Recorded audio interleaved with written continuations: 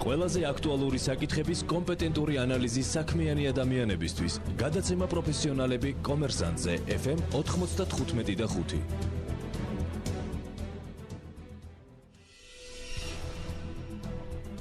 გამარჯობათ, კომერსანტის პირდაპირ ეთერშია გადაცემა პროფესიონალები. მე ქეთევან კრიალაშვილი ვარ. ამ გადაცემის წამყვანი ჩვენი სტუმარი გახლავთ ბატონი დემურ გიორხელიძე, ანალიტიკოსი. თემა, რომელზეც დღეს ვისაუბრებთ, ეს არის დასაქმების პრობლემები. რეალურად მოგესალმებით ბატონ დემურ, რეალურად ჩვენი ახალი მთავრობის ცვლილებების ერთ-ერთი თქვათ წინასაარჩევნო დაპირება, სწორედ საარჩევნოის დასაქმების პრობლემის მოგვარება იყო და შესაბამისად პირველ ნაბიჯი რაც ამ კუთხით გადაიდგა, ეს იყო სწორედ კანონპროექტში ცვლილებების შეტანა, რომელმაც წესით სტრუქტურულად გაუმჯობესა გარკვეულწილად რომ თქვათ შრომის კოდექსი, თუმცა რამდენად მოერგო ის ქართულ რეალობას და რა შედეგები გამოიღო, ძალიან საინტერესო იქნება თქვენი აზრით. მოგესალმებით, მე ვფიქრობ, რომ ეს არის თემა, რომელსაც არასაკმარისი ყურადღება ექცევა და არადა ეს თემა არის ფუნდამენტალური, ყველაზე მნიშვნელოვანი თემა, იმიტომ რომ ჩვენ ფაქტიურად ტოტალური უმუშევრობის ქვეყანა. ახლა ის სტატისტიკა, რომელიც შელამაზებულია ჩვენ 1,200,000 კაცს თვითდასაქმებული დავარქვით და კიდე რაღაც შევნიღბეთ, ჩვენ გვაქვს მეორე მონაცემი. რამდენი ადამიანი იღებს ხელფასს და თუ ამ მონაცემს შევხედავთ, აღმოჩნდა რომ 27% იღებს ჯანმრთელი მუშახელისა 610-620,000 კაცია სულ ლაპარაკი. აქედან თქვენ წარმოიდგინეთ 20-30,000-მდე მერყეობსეს უცხოელი იღებს საქართველოში ხელფასს, ასე იგი თუ ამასაც გამოაკლებთ, 590,000 კაცი იღებს ხელფასს, დანარჩენს ხელფასი საერთოდ არ აქვს. როდესაც ჩვენ კონცეფციას ვიმუშავებდით საზოგადოებრივ მოძრაობა ოცნებაში, მათი დაკვეთა იყო და მათი თხოვნა იყო, ჩვენ სწორედ ამ მთავარი მიზნის მიღწევას ვცდილობდით, იმიტომ რომ ეკონომიკური პოლიტიკა უნდა იყოს ისე აგებული და არ ყოფნის ამას მარტო ეკონომიკური პოლიტიკა, საშინაო პოლიტიკა ხელისუფლებისა ისე უნდა იყოს აგებული, რომ ეს ტოტალური პრობლემა ნელ-ნელა დაძლეული იქნას და თქვენ წარმოიდგინეთ, პოლიტიკა ისეთი უნდა იყოს, რომ 100,000-ობით ადამიანმა ცოტა ხანში თანდათანობით დაიწყოს სამუშაო, არა?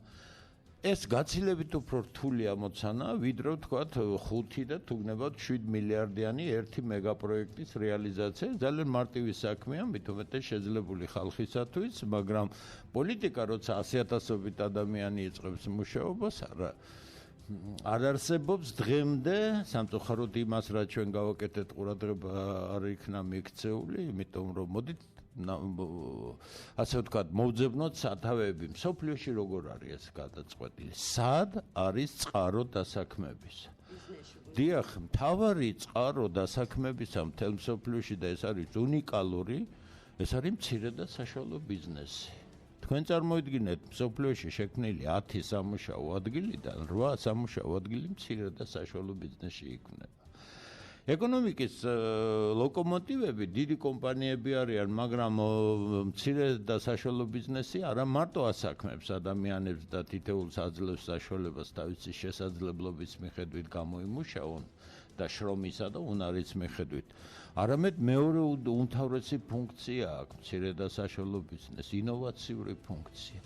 ყველა ინოვაცია მცირე და საშუალო ბიზნესში ხდება, იმიტომ რომ ეს მოქნილი სტრუქტურები, აქ სიახლის რომ იტყვიან გამოცდა და დანერგვა იოლია შემდეგ დიდ კომპანიებს ეს ყველაფერი მიაქვს და იკვრება ჯაჭვი, როდესაც თქვათ ამერიკული ეკონომიკა რომ აიღოთ, მცირე, საშუალო და დიდი ბიზნესი ეს ერთიანი განუყოფელი ნაწილია. მაშინ როცა წინა ხელისუფლების დროს მე ვფიქრობ, რომ ერთ-ერთი ფუნდამენტალური შეცდომა იყო, როდესაც მცირე და საშუალო ბიზნესი საერთოდ იგნორირებული იქნა და სრულიად უცნაური რეფორმების შემდეგ დაიწყო ცნობილი ბრენდების ჩამოყალიბება ხელისუფლებების მიერ, რომელსაც ვერანაირი პრობლემა ვერ გადაწყვიტა, გარდა იმისა, რომ ხელისუფლების დავალების შემსრულებელი გახდა. თქვენ წარმოიდგინეთ, მთავრობა წელწადნახევარი უკვე არის და მიუხედავად იმისა, იცის, რომ ეს პრობლემა არის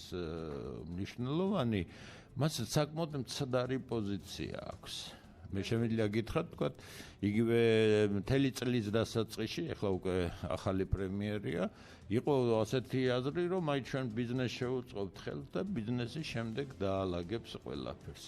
ეს ასე არ ხდება მსოფლიოს არც ერთ ქვეყანაში და ვერასდროს ვერ მოხდება საქართველოშიც. ბიზნეს ხელი უნდა შეუწყო, ბიზნესს უნდა მიცე თავისუფლებები, კერძო ინტერესი ძალიან დომინირებული უნდა იყოს ბიზნესის საქმიანობაში და ისე უნდა აწყოს საქმიანობა, რომ ამ კერძო ადამიანებმა იმუშაონ და თავიანთ საქმეებს მიხედონ. რა შეეხება სახელმწიფო პოლიტიკას, ბიზნესმენი ამას ვერასდროს ვერ გადაწყვეტს, იმიტომ რომ მას ლოკალური მიზნები აქვს, სახელმწიფო მოღვაწე სხვა დონის მოაზროვნეა, სხვა მასშტაბის ხედვები აქვს, ამიტომ აქ პოლიტიკა აბსოლუტურად განსხვავებული უნდა იყოს. ბიზნესი ვერ გააკეთებს იმას, რასაც სახელმწიფო იმ ბერკეტებით უწყობს ხელს განვითარებას, როგორც თქვა ცივილიზებულ სამყაროში რა არის ერთ-ერთი უმნიშვნელოვანესი რამ. საით უნდა წავიდეს განვითარება, რაზე უნდა მიეცეს თქვათ სტიმულები, რა მიმართულებით, რომელია პროდუქტიული დარგების, სადაც შენ სტიმული უნდა გაუკეთო იმ პროდუქტიული დარგების განვითარებას. ერთ-ერთი პირველი პროდუქტიულობაზე საქართველოში ფაქტურად მე დავიწყე, როდესაც ჩემს მონოგრაფიაში სპეციალური თავი მიუძღვენი და მაშინ მქონდა საშუალება საელჩოებისთვის ოფიციალურად მეთხოვა ეს მონაცემები, ხო? ასე რომ, როდესაც არ არის პოლიტიკა, ჩვენ ისიც კი არ ვიცით, ბოლოს რა მოთხოვნაა საქართველოში მუშახელს, რა ტიპის პროფესიებზეა და მაძიებლები რა კონდიციით არიან დღეს, რომ თქვათ შესთავაზონ დამქირავებელს თავისი თავი. ჩვენ რეკლამაზე უნდა გავიდეთ, რამდენიმე წუთში დაგიბრუნდებით და თემას გავაგრძელებთ. ყველაზე აქტუალური საკითხების კომპეტენტური ანალიზი საქმიანი ადამიანებისთვის. გადაცემა პროფესიონალები კომერსანტზე FM 95.5. თქვენ აკეთეთ საქმე და თქვენი რეკლამა ანდეთ პროფესიონალებს. რეკლამა რადიო კომერსანტზე. რადიო კომერსანტის სარეკლამო სამსახური 255-95-5. ტექნობუმში მასშტაბური საყოველთაო გათამაშება დაიწყო. მოიგე მილიონი ლარის ტექნიკა, 10 ავტომობილი Mercedes-Benz, 10 ოროთახიანი ბინა თბილისში და სუპერპრიზი 9 მილიონი ლარი. იჩქარე, ჯერ არ ნახული გათამაშება და მოგების ყველაზე მეტი შანსი ტექნობუმში. თქვენ აკეთეთ საქმე და თქვენი რეკლამა ანდეთ პროფესიონალებს. რეკლამა რადიო კომერსანტზე. რადიო კომერსანტის სარეკლამო სამსახური 255-95-5. ყოველ დღე 18-დან 21 საათამდე რადიო კომერსანტის საღამოს ეთერს წარმოგიდგენთ სამშენებლო მასალების ცენტრი თაბე. სამშენებლო მასალების ცენტრი თაბე, ადგილი სადაც იპოვით ყველაფერს, რაც მშენებლობისა და რემონტისთვის გჭირდებათ. სანტექნიკა, გრანიტი, კერამიკული ფილების 300-მდე სახეობა, კარები, ლამინატი, აბაზანის აქსესუარები, გათბობა, წებოცემენტი, საღებავები და 1001 აუცილებელი წვრილმანი. ხარისხის და კომფორტის გარანტი. სამშენებლო მასალების ცენტრი თაბე. ყველაზე აქტუალური საკითხების კომპეტენტური ანალიზი საქმიანი ადამიანებისთვის. გადაცემა პროფესიონალები კომერსანტზე FM 95.5.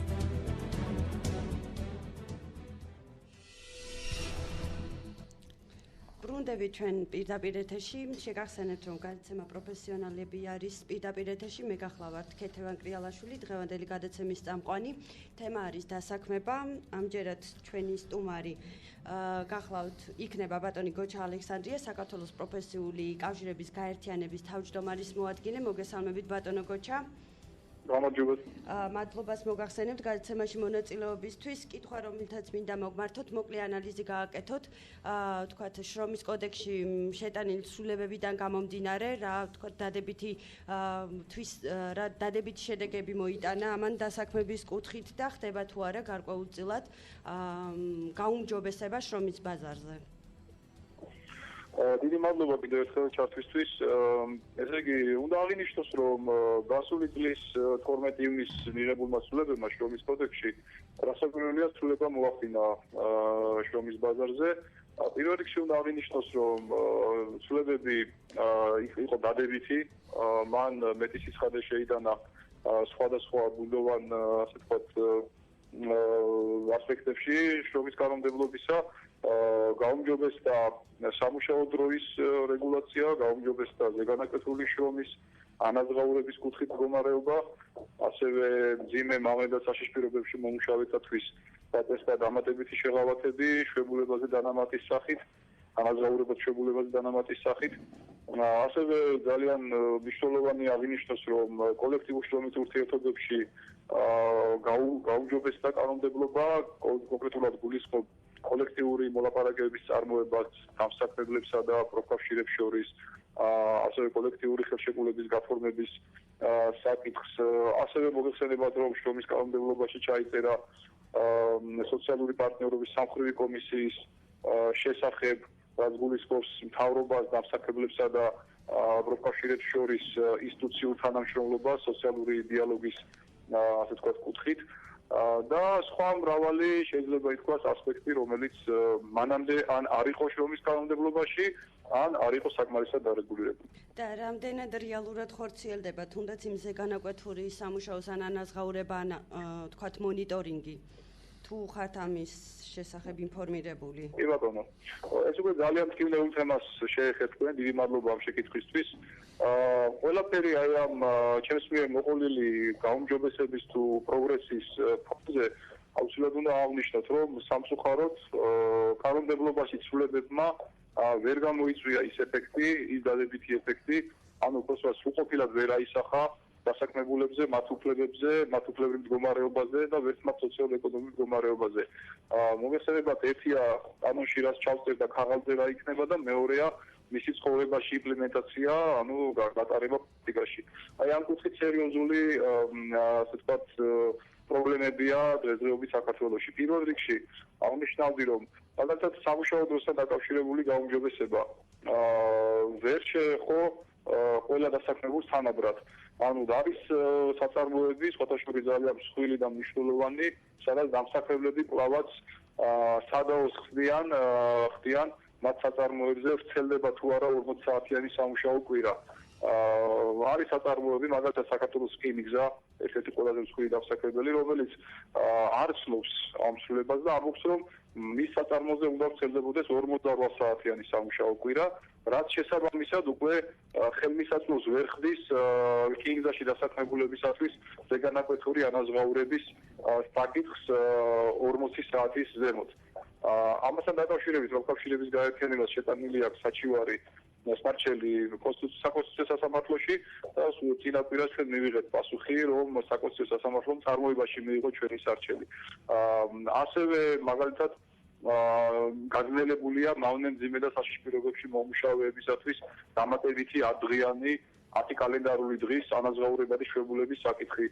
ბევრ საწარმოში ჩვენ მოვახერხეთ ამის დამტკიცება და დასაქმებელი დავარწმუნეთ და სარგებლობენ და დასაქმებულები, მაგრამ არის საწარმოები დარჩენილი, სადაც კვლავაც რთულია, გართულებულია ესე იგი სტატუსის მინიჭება იმ დასაქმებულებისთვის, რომლებიც ჩვენი აზრით არიან, ანუ მუშაობენ სწორედ მძიმე მამე და საშიშპიროებში. ასევე უნდა აღინიშნოს, რომ ძალიან მძიმედ მიმდინარეობს შრომითი ურთიერთობები ბევრ საწარმოში, სადაც კოლექტიური მოლაპარაკებები, კოლექტიური ხელშეკრულების გაფორმების პროცესი ხდება და ამის მიზეზი ისევ და ისევ არასრულყოფილი კანონმდებლობაა. ასევე უნდა აღინიშნოს, რომ ვადიანი კონტრაქტების თემა, რომელიც ასე ვთქვათ, ცალსახად უნდა აღინიშნოს, რომ გაუმჯობესებულია კანონმდებლობაში, მოგეხსენებათ მოკლევადიანი ხელშეკრულების დასადება, ანუ ერთ წელზე ნაკლები ხმის შრომითი კონტრაქტის დასადება დამსახურებელს უნდა გააჩნდეს გარკვეული მიზეზი, მაგალითად უნდა იყოს ან სამუშაო უნდა იყოს ან სეზონური, ან შვებულებაში მყოფი ადამიანის ჩამონაცვლებებთან შეიძლება გაფორმდეს მოკლევადიანი, ან სხვა რამდენიმე შემთხვევაში. ხშირ შემთხვევაში ასეთ რამე, ასე ვთქვათ, უკონტროლოდ ხდება და საწარმოებში, ან პროცესებში ისევ აქვს ადგილი მოკლევადიანი, ერთთვიანი, სამთვიანი კონტრაქტების გაფორმებას. ანუ იქ სადაც პროფკავშირები არ არის და სხვა დასაქმებულის თავისი ორგანიზაცია არ აქვს, ძალიან მძიმედ მიმდინარეობს გაუმჯობესებული შრომის კანონმდებლობის იმპლემენტაცია. ამისი მიზეზი ჩვენ გვესახება უპირველესად შრომის ინსპექციის ან მისი მსგავსი ორგანოს არარსებობა. მოგეხსენება შრომის ინსპექცია არის ის ორგანო ყველა ქვეყანაში, დიდახად დაუშვა რომ ყველა ქვეყანაში არსებობს შრომის ინსპექცია საქართველოს გარდა ის ორგანოა, რომელმაც თვალყური უნდა მიადევნოს და მონიტორინგი განახორციელოს შრომის კანონმდებლობის იმპლემენტაციაზე. არა მხოლოდ შრომის უსაფრთხოების ზედამხედველობა, არამედ შრომის კანონმდებლობის იმპლემენტაციაზე ყველა ასპექტში, მათგან უფლებრივ ასპექტშიც. და ეს არის ერთ-ერთი ყველაზე მნიშვნელოვანი ნაკლი ქართული შრომის ბაზრისა, რომ არ არსებობს ესეთი საზედამხედველო სახელმწიფო ორგანო. დიდი მადლობა ბატონო გოჩამ. დრო რომ დაგვითმეთ ბატონ დემურ კითხვას აღნიშნულ საკითხს გავაგრძელებ იმპლემენტაციასთან დაკავშირებით ახსენა ბატონმა გოჩამ და ალბათ ყველამ კარგად ვიცით რომ საკმაოდ დიდი პრობლემებია იქნება ეს გამოწვეულია იმიტომ რომ ადამიან სამუშაო ძალის მიწოდება იმდენად დიდია ჩვენს ბაზარზე რომ ადამიანები უბრალოდ იმ სამსახურსაც ვეღარ თმობენ რომლებიც აქვთ ან ეს შეიძლება თუ არა ჩაითვალოს იმ ძირითად პრობლემად, რატომაც ხდება სწორედ აი ამ კანონის დარღვევა? ნაწილობრივ ასეც არის, თუმცა მიზეზი უფრო ღრმა იყო, იმიტომ რომ ეს იყო წინა ხელისუფლების პოლიტიკური პოზიცია, ადამიანის იგნორირება, მისი უფლებების იგნორირება და თითქოს და ეკონომიკაში თავისუფლებების და როიტყვენ შემოტანა და ბაზარი დაარეგულირებს ყველაფერს. ხო წინამძღოლში კეთდებოდა ის, რომ რა კი ბიზნესი ხელისუფლებისგან თავისუფალი არ იყო და მსხვილ იმპორტზე ორიენტირებულ ფირმებს აკეთებდა ხელისუფლება, მას არანაირი წინააღმდეგობა არ უნდა ქონოდა, თქვა შრომის კანონმდებლობის თვალსაზრისით და ამიტომ შექმნეს ის კანონმდებლობა, რომელიც უბრალოდ ადამიანის მასხრად დაგდება იყო, იმიტომ რომ ადამიანი დაქირავებული იყო აბსოლუტურად უფლებო და მას ნებისმიერ დროს დამქირავებელს შეეძლო ის გაეკეთებინა, რაც არცად ასეთი რამ არ არსებობდა მსოფლიოში და ამიტომ ეს სულაც არ არის თავისუფალი ბაზრის მოთხოვნა. თავისუფალი ბაზრის მოთხოვნა არის მკაცრი კანონმდებლობა და ამ კანონმდებლობის გატარების ხარისხი. ანუ რამდენად ეს კანონმდებლობა, რომელიც ქაღალდზე, აი გოჩამ სწორად თქვა, ეგ მე რა რომ ქაღალდზე რაღაც დაიწერა, ხო? თუ პოლიტიკური ნება არ არის, კულტურა არ არის, კონტროლის მექანიზმები არ არის, საჯაროობა არ არის, ქაღალდზე დაწერილი, ქაღალდზე დაწერილად რჩება. ეხლა რაშია საქმე, როდესაც 27%-ია დასაქმებული, მხოლოდ ბუნებრივია ადამიანმა სამსახური თუ იპოვა, იქ მზად არის ნებისმიერი პირობები აიტანოს, რომ არ დაკარგოს ეს სამსახურიც, იმიტომ რომ მე უნდა წავიდეს ამ ქვეყნიდან, ხო? იმიტომ რომ ფაქტურად ოჯახის რჩენის საშუალებას საკუთარი სახელმწიფო არ იძლევა. ასეთ პირობებში, რა თქმა უნდა, თუ დამქირავებლებსაც შევხედავთ ახლა ქართული ბიზნესი, ახლა სოციალური პასუხისგებლობით გამოირჩევათ, რო გითხრათ, ალბათ დავცინებ მათ, ხო, სწორი, არ გამოირჩევიან ისინი და ეს ჯერ კულტურა ამისა ქართულ ბიზნესში არ არის, რომ ის არა მარტო, ვთქვათ, ბიზნესმენია და საკუთარი მოგების მაქსიმიზაციას უნდა ეცადოს, არამედ იგი ამას ისე უნდა აკეთებდეს, რომ საზოგადოებრივ მოთხოვნებსაც აკმაყოფილებდეს. რა კი კულტურა ბიზნესშიც ძალიან დაბალია, ბუნებრივია თვითნებობის ძალიან მაღალი ხარისხი იყო და რჩება ჯერჯერობით, იმიტომ რომ მონიტორინგის და საჯაროების თქვათ ხარისხი ჯერჯერობით ჩვენთან ძალიან შედარებით დაბალია, იმიტომ რომ ჯერ ერთი არასაკმარისი საზოგადოებრივი ორგანიზაციები მუშაობენ ამ მიმართულებით, ეს ერთი. მეორე ის, რომ შრომის ინსპექცია, რომელიც გაუქმებული იქნა, იმიტომ რომ თუ თროს რაღაც კორუფცია და რამეა, კორუფცია ყოველთვის იქნება არასრულყოფილ სახელმწიფო ინსტიტუტების შემთხვევაში, მაგრამ იმის გამო, რომ შეიძლება რაიმე კორუფცია მოხდეს, ამიტომ სამსახურებზე უარის თქმა, რომლებსაც ძალიან გამოკვეთილი ფუნქციონალური დატვირთვა, ცხადია შეცდომა იყო, ხო? ამიტომ ეს სფერო მიტოვებულია, მიუხედავად რაღაც გაუმჯობესებები მოხდა, საერთო განწყობაზე გითხრათ სიმართლე დიდად მე რაიცახა ჯერჯერობით ეს. მე ვფიქრობ, რომ შრომის კანონმდებლობაზე, როდესაც მიდიოდა განხილვა, მე რამდენჯერმე მთხოვეს საჯაროდ გამომეთქვა და მე მაშინაც ვთქვი, რომ ესე იგი მაინც ანახევრო ღონისძიებები იქნა გატარებული, ბოლომდე ეს მაინც არ არის დასრულებული. საქმე რა შეეცით, აქ არ შეიძლება მიდგომები იყოს ისეთი, რომ მოდი, აი როგორც წინა ხელისუფლება ამბობდა, დამქირავებელი ყველაფერია, დაქირავებული არავინ არ არის, ხო სწორია? ეხლა ჩვენ მივდექით ცოტა სხვანაირად, ხომ? რაღაც უფლებები ხომ აქვსო დაქირავებულსო და ამიტომ ვცდილობთ რაღაც გამოვტყავოთ დამქირავებელს, ხო? ეს არ არის სწორი მიდგომა. საქმე რა შეეცით? აქ უნდა გამოდიოდე არა დამქირავებელი დაქირავებულის, არამედ სამართლის მოთხოვნებიდან. სამართალზე წარმოდგენას ქმნის შენი კულტურა, ხო სწორია? შენ როგორ წარმოგიდგენია, სამართლიანობა რა არის. ამიტომ შრომის კანონმდებლობა არც დამსაქმებლის ინტერესებს უნდა იცავდეს და არც დასაქმებულის ინტერესებს. იგი უნდა არეგულირებდეს ურთიერთობას სამართლის ფარგლებში, ხო?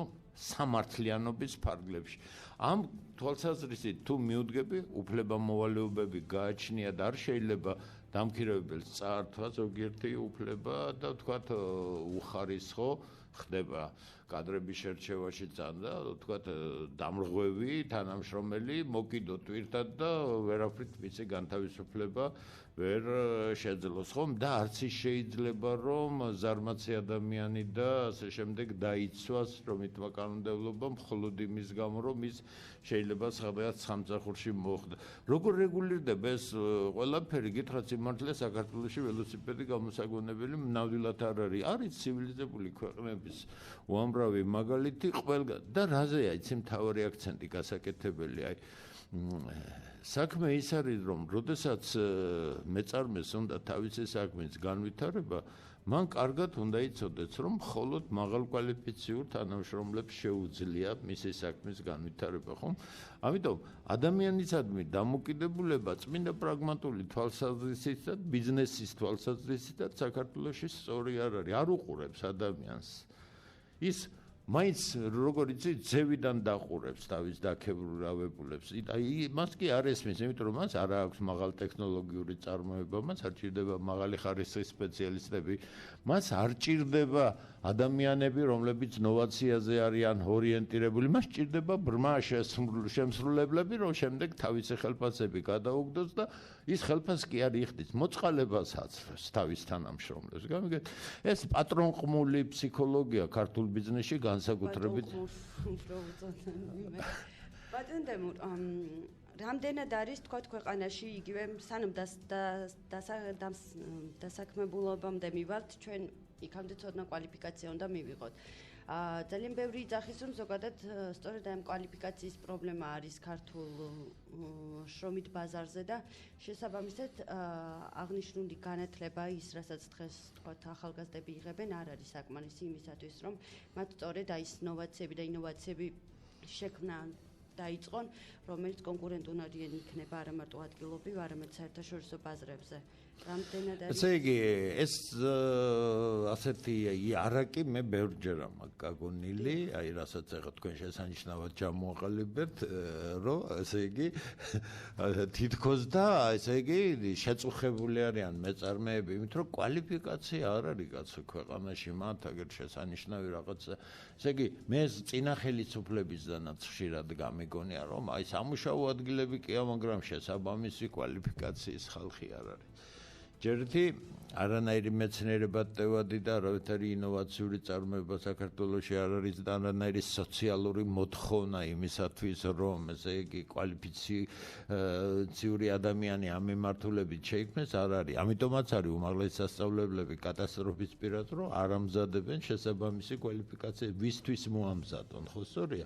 ეს ცალკე თემაა, განათლების თემა, იმიტომ რომ როცა ჩვენ დასაქმებაზე ვსაუბრობთ, იქ აუცილებლად განათლების საკითხი საკითხებით შემოდის და სწორედ საინჟინრო ტექნიკური განათლების ხარისხის საკითხი დგება და მოთხოვნა როგორია არნაირი მოთხოვნა არ არის რაღაც თითოეულად თქვა ისიც ეს ეგრეთ წოდებული საინფორმაციო ტექნოლოგიებში რაღაც შეზღუდული რაოდენობის ადგილები და მეტი არაფერი. ამიტომ სინამდვილეში ეს არის ხელოვნურად წამოჭრილი პრობლემა, რომელიც რეალობას არ ექვემდებარა. არ არის მოთხოვნა. რა კი მოთხოვნა არ არის, არც მიწოდება არ არის, თუ კვალიფიკაცია არ აქვს საქართველოს მოქალაქეებს.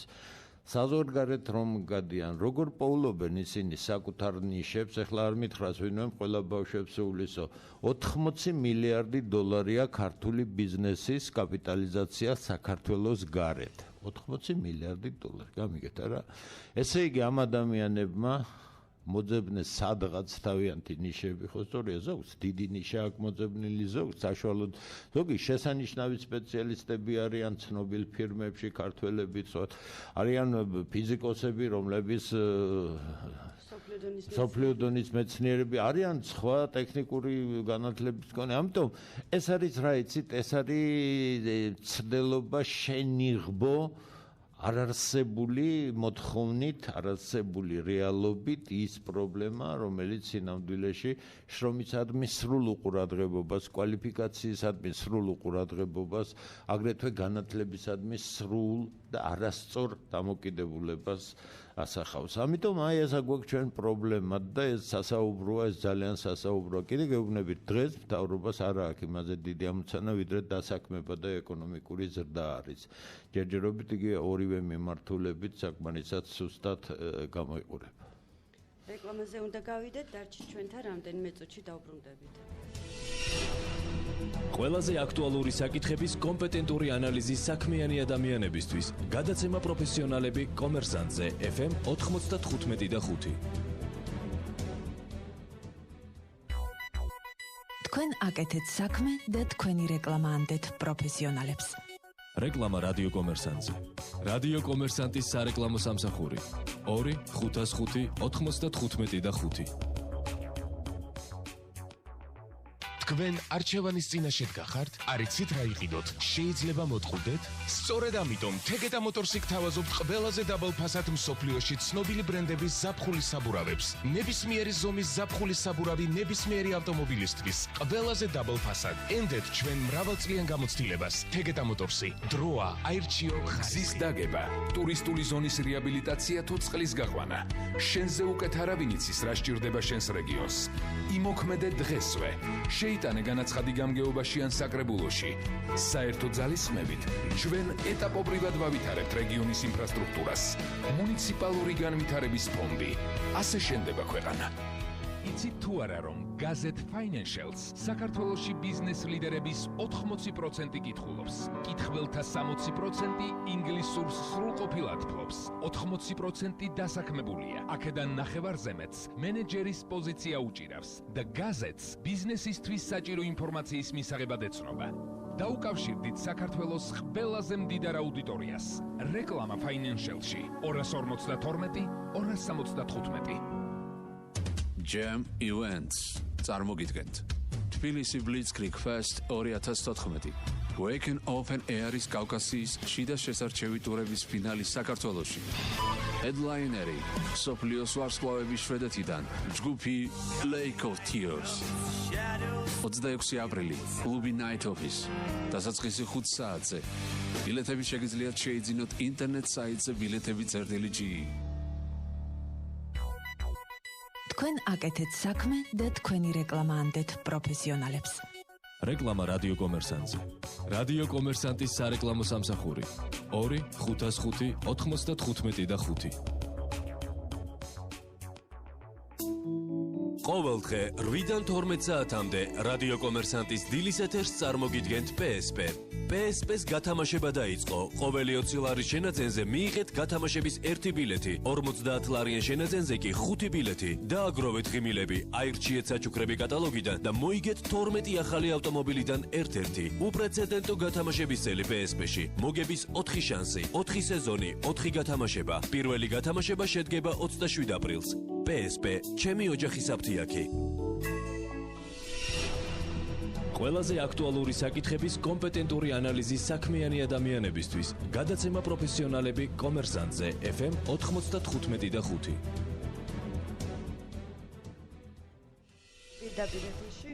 ბრუნდებით პირდაპირ ეთერში. გადაცემა პროფესიონალები, მე ქეთი კრიალაშვილი გახლავართ. თემა გვაქვს დღეს დასაქმება, სტუმრად ბატონი დემურ გიორხელიძე. ბატონი დემურ, ჩვენ საუბრობდით დასაქმებასა და განათლებაზე, მათ ურთიერთკავშირზე. ძირითადი მიზეზი, რომელიც წინა წლების განმავლობაში იყო, ეს იყო არაპროფესიონალური ადგილობრივი კადრები. შესაბამისად, ჩვენთან შემოდიოდა ინვესტიციები, რომლებიც იაფ მუშახელზე იყო გათვლილი ძირითადად და ძალიან ბევრი ვთქვათ კომპანია შემოდიოდა, რომელსაც თავისი სტაფი, ესე რომ ვთქვათ, მოყავდათ, ანუ ძირითადი მენეჯერები თავიანთი ქვეყნიდან ჩამოდიოდნენ და ჩვენთან მხოლოდ უკვე შემსრულებელი ყავდათ და ეს იყო მოტივი იმისა, რომ ეს ადამიანები იძახდნენ მაღალი სწორედ კვალიფიკაციას უჩიოდნენ. მე რა თქმა უნდა მას არ გავიზიარებ ამ პოზიციას. გასაგებია, როდესაც ხელისუფლება ხელს უწყობდა საკუთარი მოქალაქის დაკნინებას, ამ შემთხვევაში ბიზნესმენიც იოლად ხვდებოდა იმას, რომ როკი შემოდიოდა ამ ქვეყანაში გარკვეული შეთანხმებით, ის თავისი ხალხის მოყვანას და დასაქმებას ცდილობდა, რადგან არაფრით შეზღუდული არ იყო. სად მოდიოდა ფული პირდაპირ თქვათ, მოდით. ერთ-ერთი სფერო არის ენერგეტიკა, ხო? სადაც სოფლის მეურნეობა. ეხლა ენერგეტიკაში თუ ვინმე მე სოფლიოში მანახებს ისეთ ქვეყანას და ისეთ სპეციალისტებს მოიყვანებენ, რომელსაც ქართული ენერგეტიკოსები ვერ დაუდგებიან გვერდით და პროფესიული თვალსაზრისით რაიმე შეცდომა მოუვათ, ხო? მაშინ მე ბოდიშს მოვიხდი, მაგრამ კვალიფიკაცია ძალიან მაღალია. აიღეთ სოფლის მეურნეობა. რამდენი ძალიან კარგი სპეციალობის, მე ამას ძალიან თამამად ვსაუბრობ, იმიტომ რომ იმ კონცეფციაზე მუშაობისას მე თითქმის საქართველოს მთელი რესურსის გაცნობა მომიწია სოფლის მეურნეობაში და მე ვნახე ძალიან კვალიფიციური ადამიანები. რა თქმა უნდა, არის ახალი ტექნოლოგიები, რომლებსაც ამ ადამიანებს შეიძლება ათვისებული არ კონდეთ, მაგრამ მე ასევე შესანიშნავი ქართველი სპეციალისტები ვიცი, რომლებმაც შვეიცარიაში, თქვათ, ბიოპროდუქციასთან დაკავშირებით და ამერიკის შეერთებულ შტატებში გაიარეს და აბსოლუტურად საქმის კურსში არიან, უახლოესი უკანასკნელი მიღწევების კი და შეუძლიათ შესანიშნავად აწარმოონ. ესე იგი, საქმე ესე იგი რა გამოდის იცით იმის გამო რომ ხელისუფლება პოლიტიკას ვერ ატარებს ვერ აკეთებს იმას რომ ეს გაიხადოს მის მთავარ საქმიანობად ის ცდილობს თავისი უნარობა ამ მიმართულებით შენიღბოს ისეთი განცხადებებით როგორც არის ხალხი კაცო არაფრის მაქნისი ქართველი ზარმაცი კვალიფიკაცია არ არის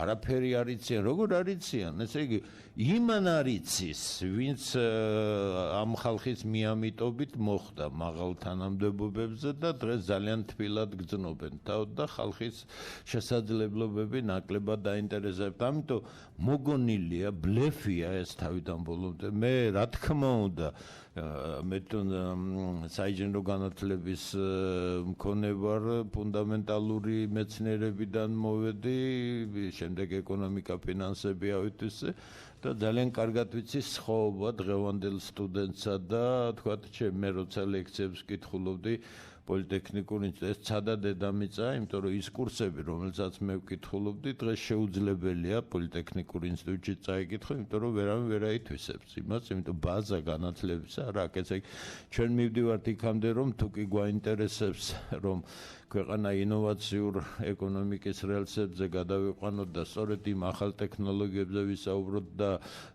პროგრესულ რაღაც ესე იგი მიმართულებებზე ჩვენ გვჭირდება დავიწყოთ ფუნდამენტიდან და განათლების სრული რეფორმა უნდა მოხდეს ამ მახინჯი განათლების სისტემის ნაცვლად ჩვენ უკვე საინჟინრო პროფესიულ განათლებას უნდა ჩაუყაროთ საფუძველი და იგი მართლაც თანამედროვე დონეზე ავიყვანოთ ასე რომ ყველაფერი ერთიანადაა გასაკეთებელი მთავრობას არ აქვს უფლება აკეთოს ასეთი განცხადებები და ადამიანები დაადანაშაულოს იმაში რომ მათ კვალიფიკაცია არ აქვს ვერ ექნება დღეს კვალიფიკაცია, იმიტომ რომ 20 წელია საქართველოს მოქალაქეთა უდიდესი ნაწილი არ მუშაობს.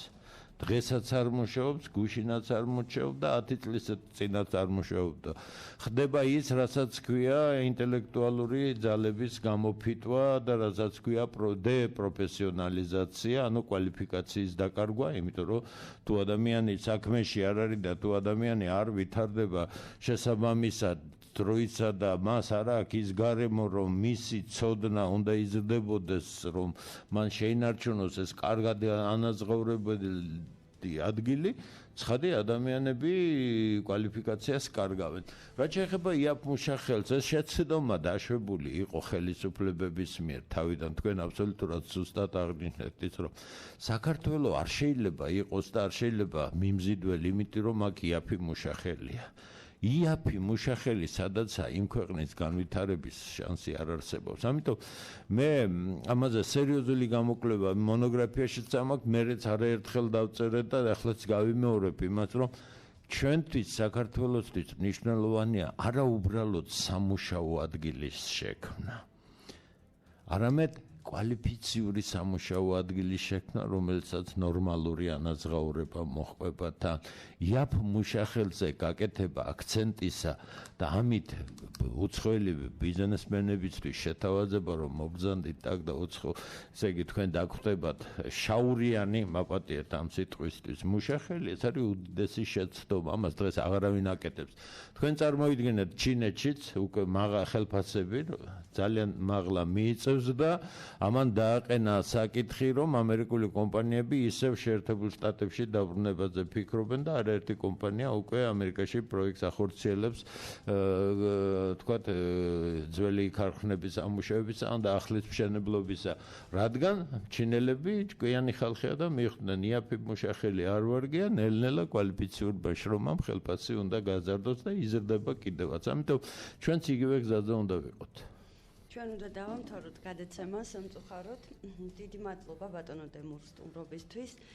გადაცემა პროფესიონალები დღეს ამით სრულდება. ხომ ამ პროექტის მორიგი გადაცემა გელოდებათ სხვა წამყვანთან და სხვა სტუმართან ერთად.